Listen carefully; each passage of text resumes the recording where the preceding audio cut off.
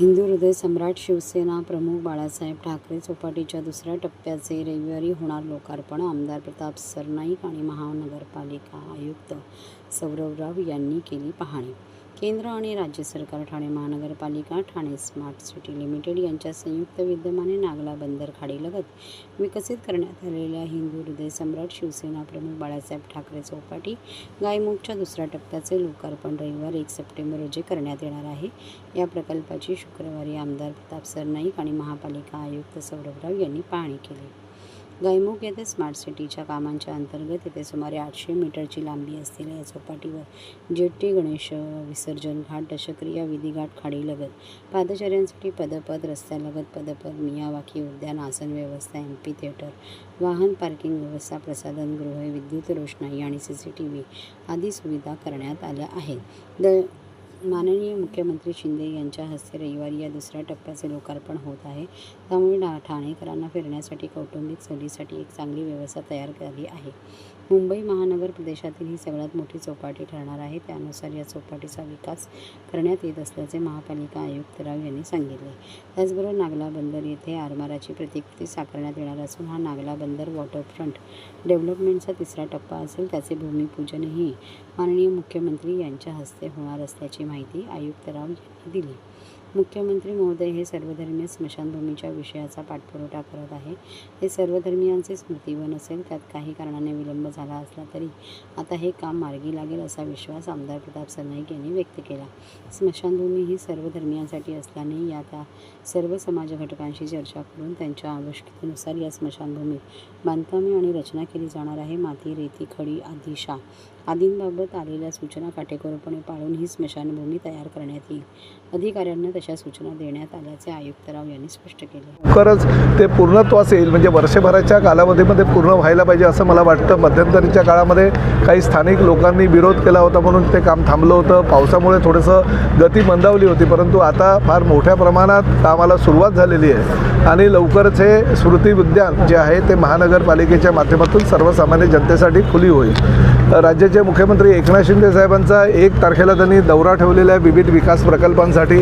प्रामुख्यानं शिवसेना प्रमुख आदरणीय बाळासाहेब ठाकरे चौपाटी टप्पा क्रमांक 2 आणि बाळासाहेब ठाकरे चौपाटी टप्पा क्रमांक 3चं भूमिपूजन आणि 2चं लोकार्पण असा कार्यक्रमसुद्धा आम्ही त्या दिवशी ठेवलेला आहे, जेणेकरून ठाणेकरांना जसं कोलशेतला एक आपण चांगलं उद्यान महापालिकेच्या माध्यमातून सर्वसामान्य जनतेसाठी खुलं करून दिलेलं आहे, तसंच उद्यान हे उद्यान नव्हे तर त्याहीपेक्षा एकदम निसर्ग सौंदर्य लाभलेली जागा महापालिका हद्दीतील नागरिकांना गायमुख चौपाटीच्या माध्यमातून मिळणार आहे। त्यामुळे त्याचं लोकार्पणसुद्धा मुख्यमंत्र्यांच्या हस्ते 1 तारखेला दुपारी 12 वाजता होणार आहे। हे सगळी जी कामं आहेत ते मुख्यमंत्र्यांचं ठाणं आणि मुख्यमंत्री या सर्व कामांसाठी विशेष आग्रह करत असतात आणि ते आमच्या माध्यमातून लोकांपर्यंत पोहोचवण्याचं काम करत असतात।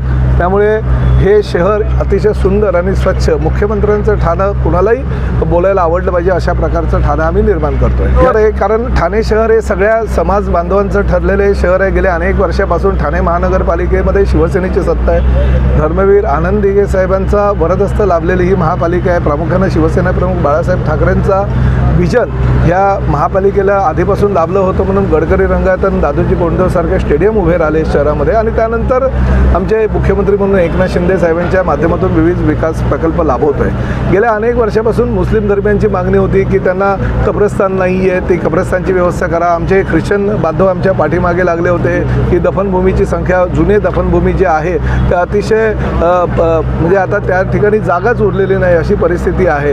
हिंदू धर्मियांसाठी अनेक स्मशानभूमी आहे, परंतु हिंदू धर्मियांची संख्या या शहरामध्ये वाढत आहे। त्यामुळे त्यांनाही जागा उपलब्ध व्हावी आणि प्रामुख्यानं मी सौरभ साहेबांचं मनापासून अभिनंदन करतो की त्यांनी सूचना केली की आता ह्या नवीन ज्या स्मशानभूमी बनवतो आहे आपण ते पूर्ण पर्यावरणपूरक असावं आणि ह्या स्मशानभूमीमध्ये लाकडांचा वापर कुठल्याही परिस्थितीत होणार नाही, कारण लाकडांच्या स्मशानभूमी ठाणे महानगरपालिका हद्दीमध्ये भरपूर आहे। तर या ठिकाणी फक्त गॅस वाहिनीच्या माध्यमातूनच अंत्यविधी केला जाईल, कारण इलेक्ट्रिकचा वापर आपण करत असतो, परंतु काही हिंदू धर्मियांचं असं म्हणणं आहे की इलेक्ट्रिकचा करंट बॉडीला लागता कामा नये। त्यामुळे ती सुद्धा आम्ही यंत्रणा ह्या ठिकाणी ठेवलेली आहे। त्यामुळे जास्तीत जास्त आणि 4 शवांना एकत्रितपणे अंत्यविधी करता येईल अशा 4 शवदाहिने आम्ही ह्या ठिकाणी केलेल्या आहेत. मोठी जागा असल्यामुळे सर्व धर्मियांनी व्यवस्थित पुढल्या 50 वर्षामध्ये तरी ही सर्वधर्मीय स्मशानभूमी म्हणा किंवा कब्रस्तान किंवा दफनभूमी ही जागा लोकांना पुरी पडेल अशी व्यवस्था आम्ही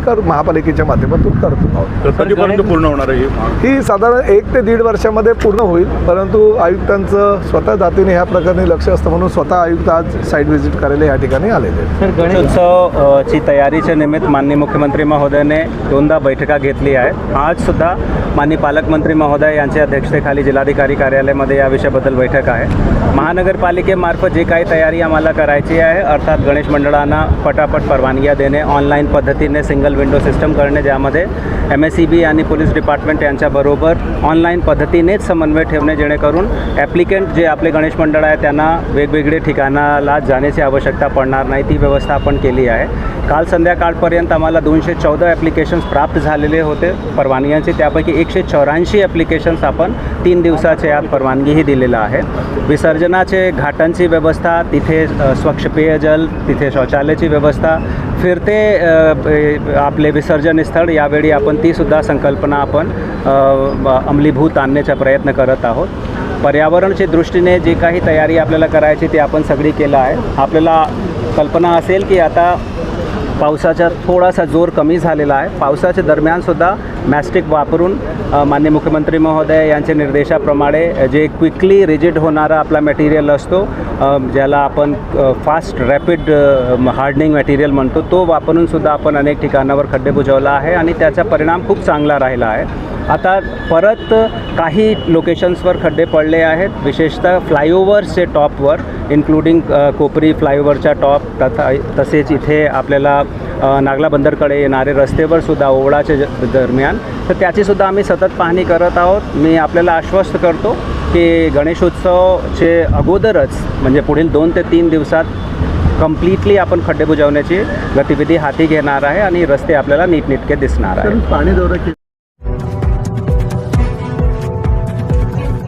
महाराष्ट्रातील भगिनींना आधार देणारी राज्य शासनाची मुख्यमंत्री माझी लाडकी बहीण योजना. या योजनेअंतर्गत अल्प उत्पन्न गटातील 21 ते 65 वयोगटाच्या भगिनींना मिळणार दरमहा 1500 रुपयाची मदत. अर्ज करण्यासाठी 31 ऑगस्ट 2024 पर्यंत मुदतवाढ. कुटुंबाचं वार्षिक उत्पन्न 2.5 लाख रुपयांपेक्षा कमी असलेल्या महिला पात्र. कुटुंबाकडे पिवळं किंवा केशरी रेशन कार्ड असल्यास उत्पन्नाचा दाखला आवश्यक नाही. पांढरं रेशन कार्ड असेल किंवा रेशन कार्ड नसेल तर कुटुंबाचं वार्षिक उत्पन्न 2.5 लाखांपेक्षा कमी असल्याचा दाखला आवश्यक. योजनेसाठीचा ऑनलाईन अर्ज नारी शक्ती दूत ॲपवरून किंवा पोर्टलवर भरता येईल. ज्या भगिनींना ऑनलाईन अर्ज भरता येत नसेल त्यांच्यासाठी अंगणवाडी, ग्रामपंचायत, वॉर्ड ऑफिस, सेतू सुविधा केंद्रामध्ये किंवा आशाताई बचत गटाच्या CRP यांची मदत उपलब्ध. आता आपल्याला अभिमानानं म्हणता येईल, सुखी आणि सुरक्षित आहे माझी लाडकी बहीण.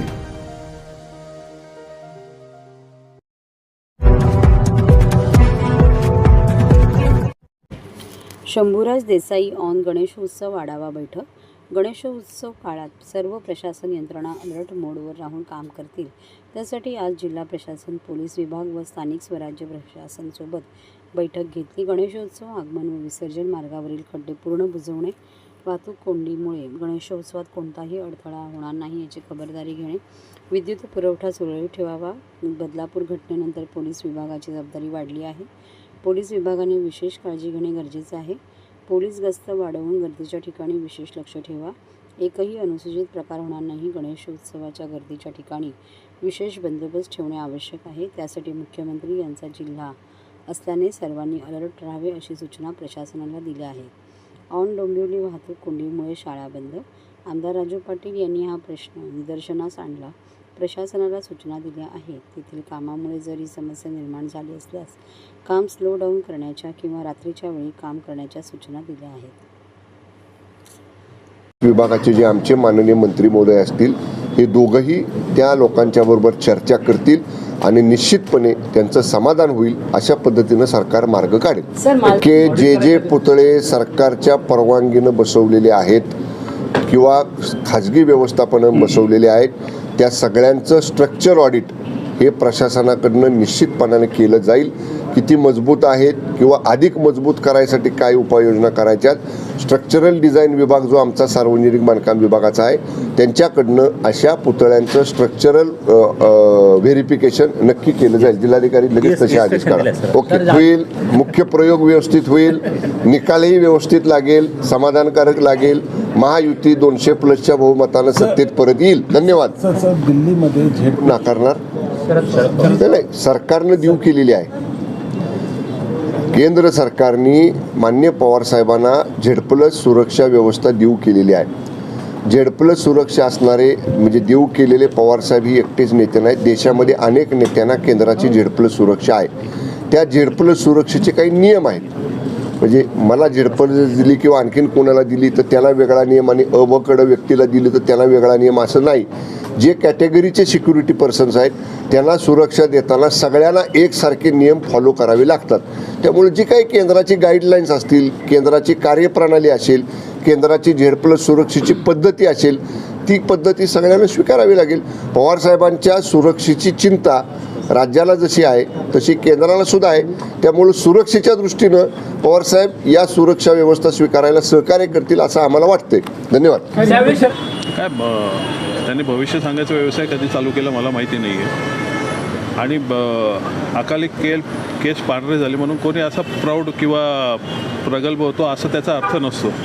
काय गोष्टी बोलताना विचार करायला पाहिजे. सुपारीसारख्या गोष्टी बोलताना आपण कुठल्या घराण्यातले आहोत, आपल्या घरच्यांचे काय विचार आहेत याचे विचारपूस करून त्यांनी मतं मांडायला पाहिजेत.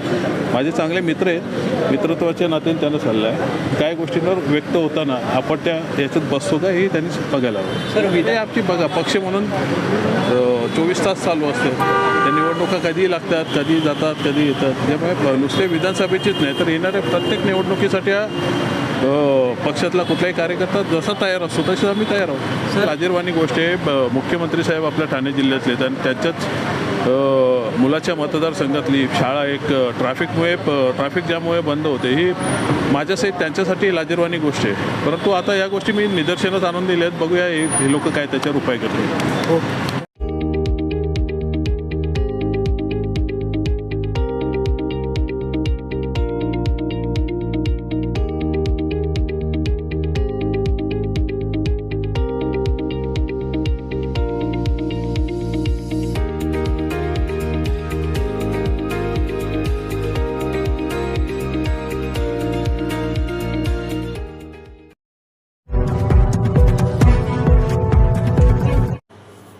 ठाण्यामध्ये मुंबईच्या धर्तीवर जशी राणीची बाग आहे त्याप्रमाणे ठाण्यात 150 एकर जागेवर प्राणी संग्रहालय उभे करण्यात येणार आहे. त्यासाठी वन खात्याची जागा घेण्यात येणार आहे. तसेच कोलशेत येथे हिम उद्यान उभारण्याचे सुद्धा नियोजन असल्याचे आमदार प्रताप सरनाईक यांनी सांगितले. राणीची बाग आम्ही लहानपणापासून बघत आलेलो आहोत. राणीची बाग म्हटल्यानंतर मुंबईची शान म्हणजे जिजामाता उद्यान आणि त्या उद्यानामध्ये पूर्ण जगभरातील वेगवेगळ्या प्रकारचे प्राणी आणून ठेवलेले आहेत. आता तर काही वर्षापूर्वी पेंग्विन आणले होते आणि त्या पेंग्विन बघण्याकरता आमच्या मुंबईकरांनी फार मोठ्या प्रमाणात गर्दी केली होती. ठाण्याचेही लोक त्या ठिकाणी जात होते आणि अचानक काही नागरिक आम्हाला भेटायला आले. मुख्यमंत्री एकनाथ शिंदे साहेबांना भेटायला आले की ठाणे एवढं झपाट्यानं वाढत आहे. जवळजवळ 30 ते 32 लाख लोकसंख्या दिवसेंदिवस ठाण्याची वाढत असताना ठाण्यामध्ये सुद्धा एक अद्ययावत असं प्राणी संग्रहालय व्हावं आणि आम्ही जागा शोधली. वन खात्याच्या ताब्यात असलेली जवळजवळ 150 एकर जागा जी आहे ती आम्हाला त्या ठिकाणी परदेशी जे आमचे